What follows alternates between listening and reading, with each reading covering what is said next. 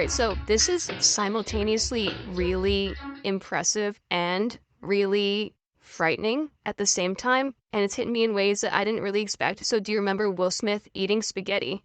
Do you remember when this was what AI-generated videos look like? Remember when we said, okay, this AI stuff is cool and all, but clearly there's a long way to go before there's any need for concern.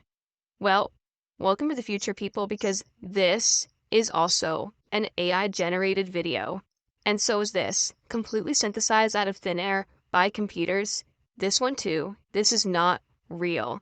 Absolutely ridiculous how far we've come in literally 1 year. This does feel like another ChatGPT, DALL-E moment for AI, and maybe I'm overreacting because, okay, I am a video creator, so an AI that's actually doing my job, maybe that feels a little more threatening, so I'm particularly impressed by it, but also this stuff is really good. So today, Sam Altman and OpenAI announced a new model called Sora, and it can generate full up to 1 minute video clips from just text input. So the same way DALL-E was able to understand our text input and turn it into a photorealistic or stylized image or whatever you want, same thing with Sora. But now since it's videos, it also needs to understand how all these things like reflections and textures and materials and physics all interact with each other over time to make a reasonable looking video. And of course, right away, there's a bunch of examples on their website that are crazy. Now, before I show you these, I just need you to keep this in mind.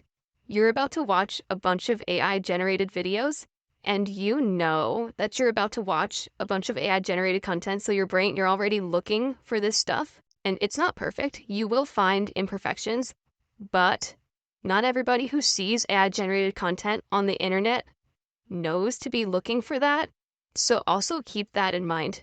This is also the worst that this technology is going to be from here on out. So okay, here's one of the videos. There's no audio to any of these clips, but the prompt for this one is: a stylish woman walks down a Tokyo street filled with warm, glowing neon and animated city signage. She wears a black leather jacket, a long red dress, and black boots. This video is already miles ahead of where we were. It has accurate lighting, it has materials, it has skin tones, movements, even has reflections all over the place. Now, of course, if you look at it for more than about 10 seconds very closely, there are lots of giveaways. Like this dude in the background kind of looks like he's gliding in a weird way. The frame rates and the reflections in the water are for some reason lower than the rest of the video. The camera movement overall is just a bit inconsistent, and it just, I don't know, just kind of feels a little bit off. But then again, this is where we were 1 year ago. So just keep that in the back of your head for all this. Okay, how about this one? There's another one which has a long prompt about a camera following behind a white vintage SUV with a black roof rack as it speeds up a steep dirt road. This is also, again, really good.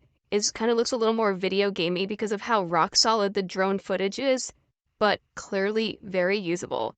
Here's another one. A litter of golden retriever puppies playing in the snow. Their heads pop in and out of the snow covered in it.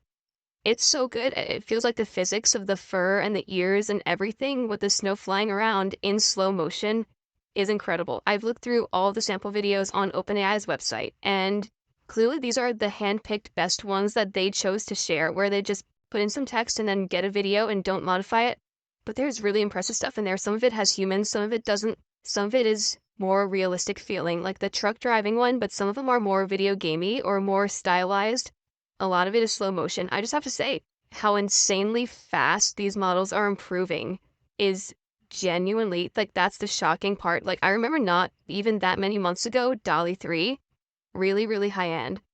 And you could always still find something off about it, like especially if you ask it for something like a photorealistic image of a human. Something about like the hands or the ears would always just be a little bit off, never mind the physics. But even this video here is crazy at first glance. The prompt for this AI generated video is: a young man in his 20s is sitting on a piece of a cloud in the sky reading a book. This one feels like 90% of the way there for me. Like it's beyond the uncanny valley of like Apple's personas, which are actually based on humans. This is a made up person. I mean, his eyes are kind of weird, and the motion of the pages in the book are kind of odd. And yeah, obviously he's in a cloud, and that's a giveaway, but like, the lighting and the shadows and the skin tones, and then all the realism of the textures on the shirt and the way the shirt and the pants move and the hair, they're all really impressive. And then for this one, they typed in a movie trailer featuring the adventurers of the 30-year-old spaceman wearing a red wool knitted motorcycle helmet, blue sky, salt desert, cinematic style, shot on 35mm film. And the close-ups of his face, the fabrics on the helmet, the film grain through every shot, and the cinematic style. This is one of the most convincing AI-generated videos I have ever seen. Minus maybe the weird physics of that dude walking kind of in fast motion. So Sam Altman, if you follow him on Twitter, he's going through a whole bunch more of like people's requests and posting a bunch more generated videos. And so if you want to check out his profile, you can see those. But here's the thing about these AI generated videos now, as good as they've gotten to this point, they can and will pass as real videos to people who are not looking for AI generated videos. Now, that is obviously insanely sketchy during an election year in the US and also terrifying for a bunch of other internet related reasons, but it's also perfect for stock footage. Like, there are already all kinds of presentations and advertisements and then PowerPoints that are in need of oddly specific stock videos, and these AI generated videos are already good enough to 100% pass for that purpose. Like, look at this one with the waves at Big Sur, this drone shot. Honestly, if I saw this on Twitter, I wouldn't even think twice. I'd be like, oh, nice drone shot, dude. Wouldn't even think about AI if I wasn't pixel peeping at like the way the water was moving. Like this is a totally usable video in an ad for some California-based product, and that has all sorts of implications for the drone pilot that no longer needs to be hired, for all the photographers and videographers whose footage no longer needs to be licensed to show up in that ad that's being made. It's already that good. There's other stuff like this wall of TVs, which would be a totally expensive and difficult thing to shoot with a camera and all these old expensive props. But if you can just generate it this well with reflections and the environment and everything else around it, well, I mean, why do it any other way? It's also very capable of historical themed footage. So this is supposed to be California during the gold rush. It's AI generated, but it could totally pass for the opening scene in an old Western with to write music over it. How long until an entire ad, every single shot is completely generated with AI? Or what about an entire YouTube video or an entire movie? I'm tempted to say like we're a long way away from that because, you know, this still has flaws clearly and there's no sound and there's a long way to go with the prompt engineering to iron these things out.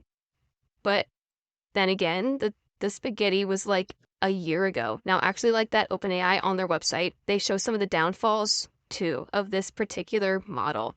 And because who would know better than the people who have been using it? This is a very private tool, by the way, right now. It's in super limited access, so it's in the hands of red teamers, which basically means people testing it, pushing the limits, trying to break it, and a few trusted creators. But they have found plenty of weird edge stuff, like this clip here of a bunch of gray wolf pups. Looks normal at first, but then it's pretty clear that something's kind of off with the way they're just kind of appearing out of nowhere and walking through each other. That's kind of weird.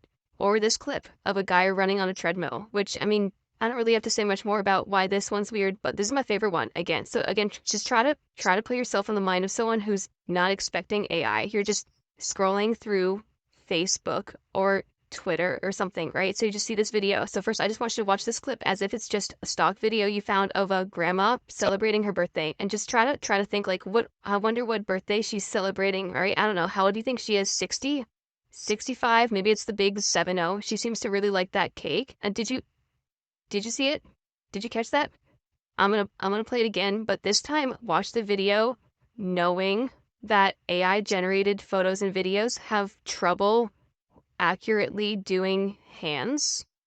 I'll play it again, and now it feels super obvious. Like every time you watch a different set of hands, it gets weirder and weirder. You can watch it like 5 times and there's dead giveaway after dead giveaway. Not even mentioning the weird inconsistencies with the direction of the wind on the candles. But even as I'm saying all that, even as it's coming out of my mouth, I can't help but remember that 12 months ago we were critiquing this. Ha ha. So what does this all mean? Well, I mean, there's what it means now, and there's what it means for the future.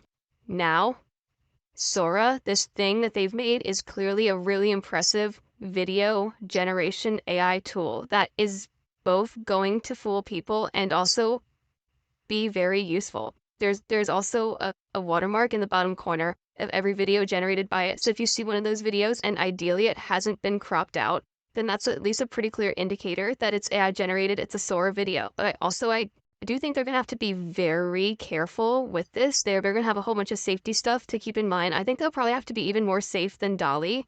Like, you shouldn't be able to generate people's likenesses. Like, you shouldn't be able to make a politician look like they're doing something on video, especially this year. You probably won't be able to make Will Smith eating spaghetti, but it also definitely means stock video generation is absolutely going to take a dent out of video licensing. Like, I can basically guarantee that. Like, logistically, why would anyone making something pay for footage of a house in the cliffs when they can generate one for free or for a small subscription price? Like, that is the real scary part of what this tool implies. But in the future, it gets pretty existential, man. I mean, okay, if this is trained on all videos that have ever been made by humans, then surely it can't be innovative or creative in ways that humans haven't already been, right? I don't know. Either way, I'll have all the links below for all the Sora stuff, for OpenAI stuff. And I guess I'll talk to you next year when we look back and go, remember that first version of Sora and how bad those wolf pups looked when they spawned out of nowhere? Hostile. But just remember, this is the worst that this technology is going to be from here on out. Thanks for watching. Get you in the next one. Thanks.